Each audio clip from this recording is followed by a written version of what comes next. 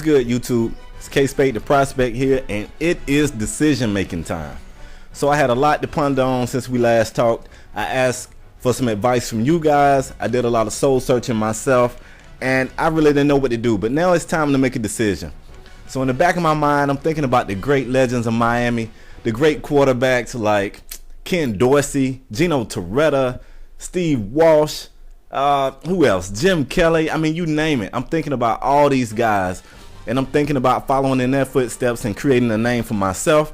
And then at the same time, in the back of my mind, I'm thinking about some of the great defensive players, some of the great defensive backs that have come through Miami that was the staple for Miami, that repped the U, that had the swagger, that really made Miami the school that I love as much as I do today.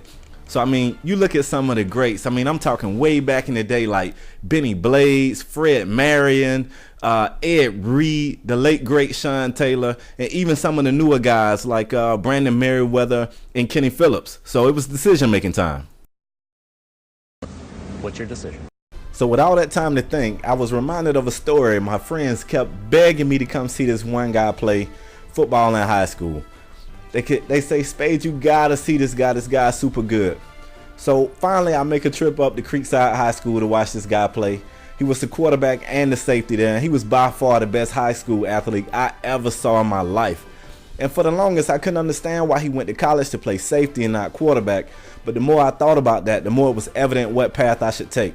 So that kid was none other than Eric Berry. He is by far the greatest high school player I ever saw. And I knew it was time for me to help the Kings build back on defense. So even my first day in practice, I come out with a bit of an attitude. It was important for me to let the guys know I was willing to knock the hell out of whoever, teammates, opponents, whatever.